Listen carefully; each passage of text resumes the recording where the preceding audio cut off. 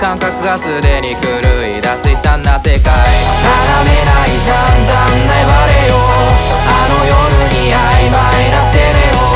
悲劇的感情に勝ちを、ありふれた狂気的ラジオ。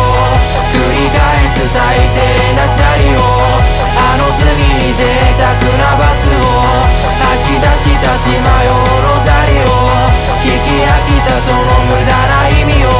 居合型未遂用語、結局は利益重視。単純なわけは誰も言わないから、無意識の異常行動、期待度はもう最低値。全体の一部になりたがる異常な世界。先天性逃避願望、ご都合主義学療法、絶望を理由にして隠す余裕もない。解釈は自分優位、偽善論の基準通り。病状がどうか知りたがる悲惨な世界。叶わないどうせ自己嫌悪、この夜に